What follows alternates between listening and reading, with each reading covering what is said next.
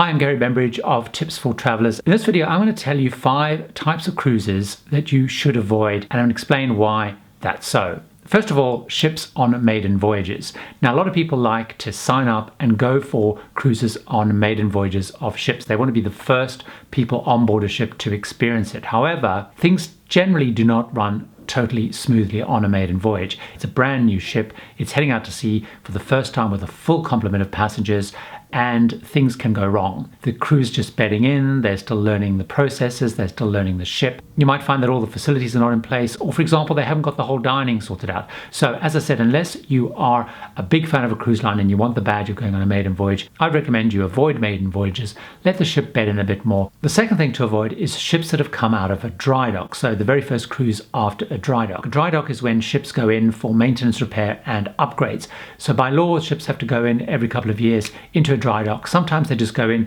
for purely technical reasons, but usually the cruise lines use it as an opportunity to change things around, update things, or they may add new decks, new cabins. Sometimes they even cut a ship in half, extend it. They don't want to take the ship out of service for too long because obviously they'll lose revenue. So they will tend to put it in a dry dock for a very tight amount of time. So the amount of time to work on the ship to make these changes is very limited.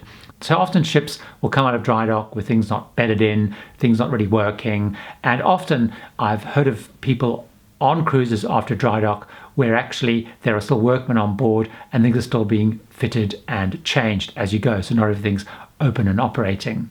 Wait for a couple of cruises after ship has been in dry dock and then go on. Now, the third thing I recommend you avoid are actually short cruises. Now, I used to recommend you go on these taster cruises, 1 or 2 nights or 3 nights away on a cruise line.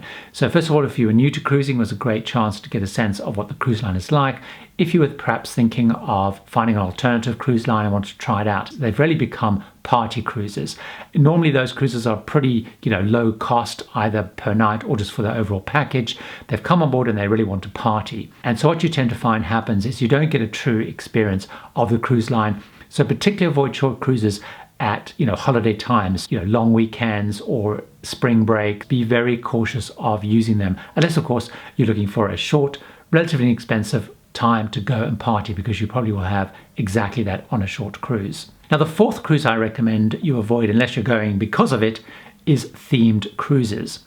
Now, what is a themed cruise? So basically what happens is either the cruise line or increasingly outside parties will charter some or all of a ship to have a conference or some sort of celebration. So it might be themed around motorcycle enthusiasts or Game of Thrones or knitting, or it could be a wide range of things. Now, the reason you don't want to go is often what happens is if they've chartered a large part of the ship, a lot of facilities may be closed to you, there may be very special events going on, and actually you end up, although you spent the full amount to go on a cruise, you're actually finding yourself not getting access to everything and not getting everything that you want to do on the cruise. Well, how do you know if there are themed cruises? Well, first of all, if you're booking through an agent, ask the agent to check. Secondly, there are websites that actually document themed cruises, and an example of that is themecruisefinder.com, and they list pretty much all types of themed cruises. Or the other thing to do is actually just put in the name of your ship and the dates into a search engine like Google and search, because if there is a themed cruise on your particular cruise, the fact that you put in the ship name and the dates will basically list if there are any themed cruises. Now, my fifth set of cruises to avoid are ones which are really linked to the seasons. So I'm going to give you 2 very important examples. If you're thinking of cruising in the Mediterranean, one of the things you should probably avoid is all cruises in the peak of summer. So that's sort of the end of July into August.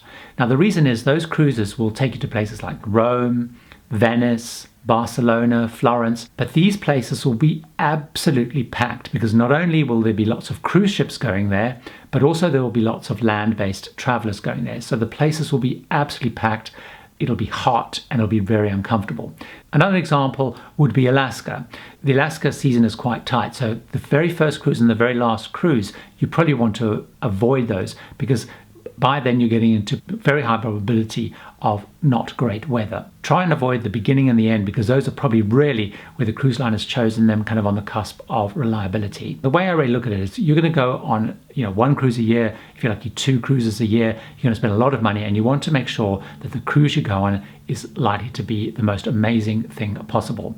And by avoiding those 5 types of cruises, you should have a great experience.